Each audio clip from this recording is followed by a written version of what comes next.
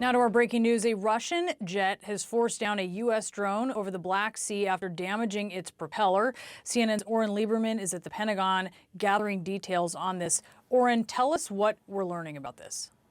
Brianna, this played out early this morning over international waters of the Black Sea, according to U.S. Air Force Europe.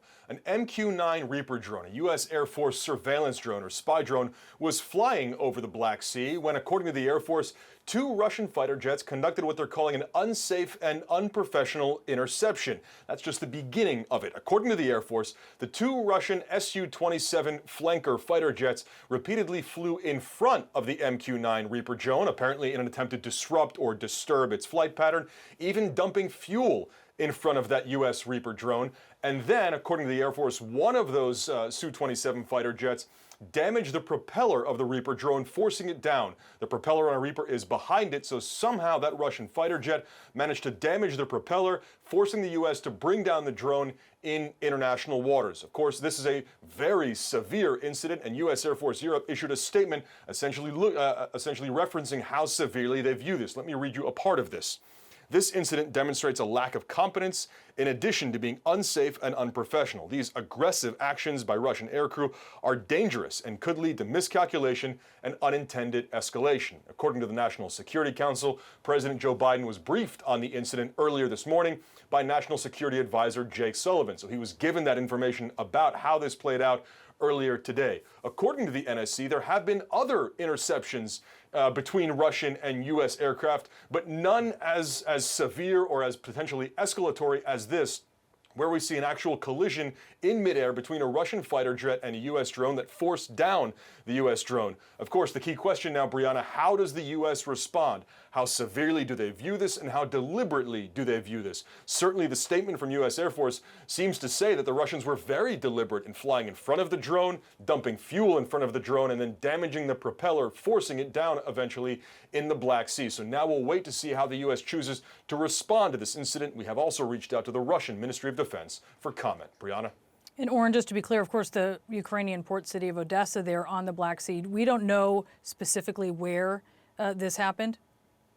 It's our understanding, and it's worth noting, that we have been able to track the flights of many Reaper drones over the Black Sea over the course of the war and before, and they essentially fly an almost circular pattern, either in the western part of the Black Sea there, west of Crimea, or southwest of Crimea. We don't know exactly where this happened, but we have seen Reaper drones flying almost on a daily basis since the beginning of the war, and even earlier than that. We know Russian jets have flown as well. Of course, what's different here is the interaction, frankly, the collision between these jets. U.S. Air Force says it happened in international waters where both the U.S. and the Russians are absolutely entitled to fly under international law, but not like this. Brianna?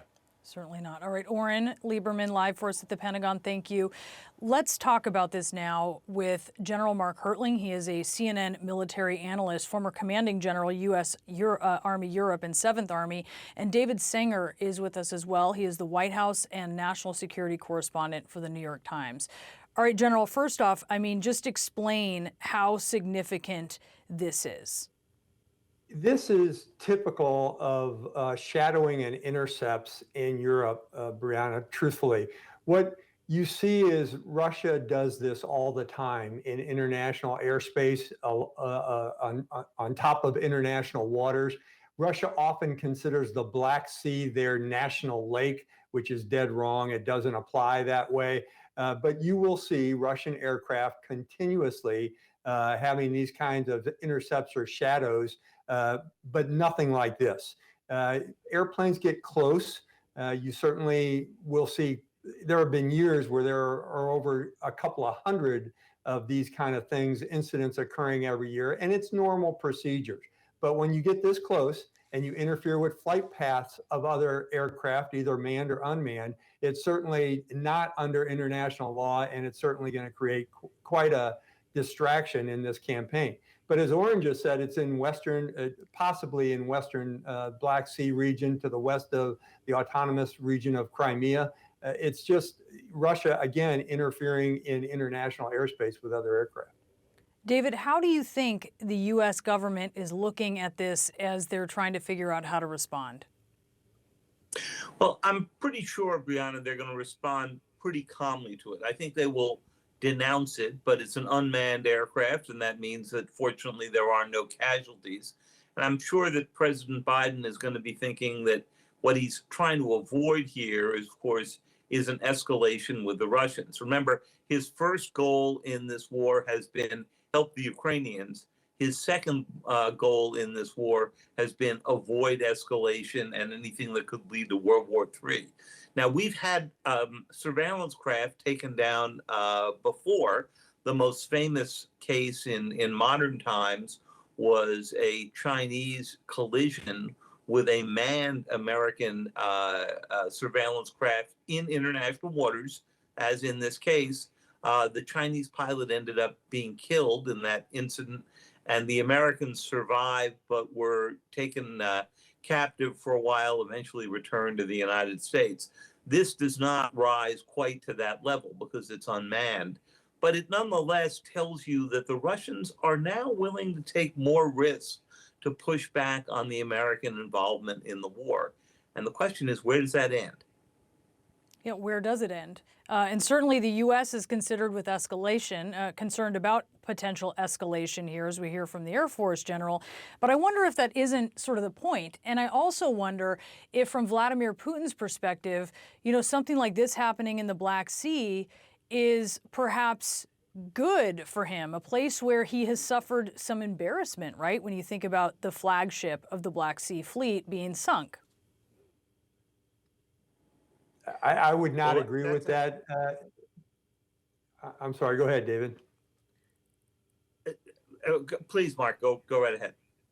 No, I would not agree with that, Brianna. I think this is baiting.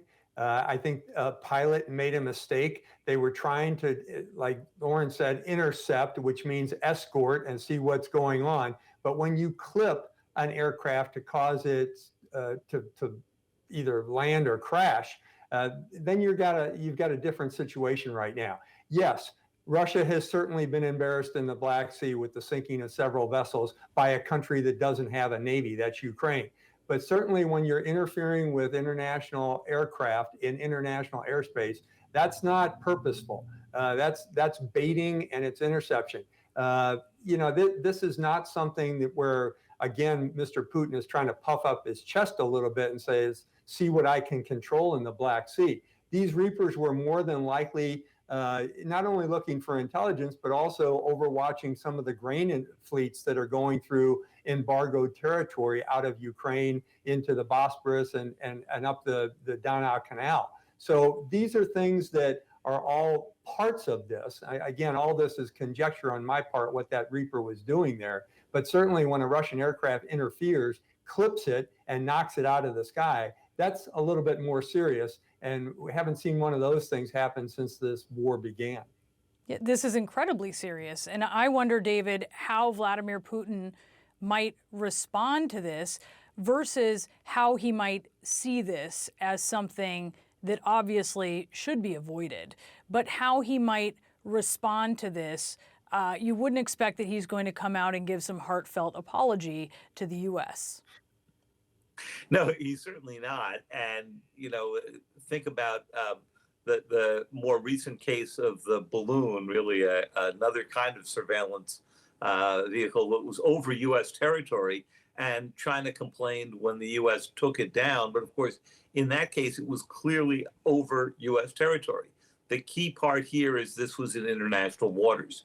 One of the big questions that Mark raises here, and that you do as well, is what's the level of intention? In other words, did Putin himself order this? Did the Russian military order this?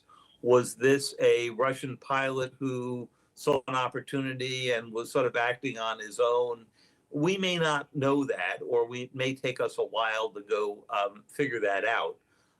My guess is that right now the administration will denounce it, but that you won't see them take a similar action. And the reason for that is pretty clear. Putin has until now been pretty cautious about keeping the war inside Ukrainian territory. There have been some cyber attacks on Poland, but other than that, there has really been no case we've seen where they've gone into NATO territory, where they've shelled into that kind of territory. And I don't think Putin wants to bring NATO into this. So my guess is that both sides will probably cool it down, even while declaring themselves in the right.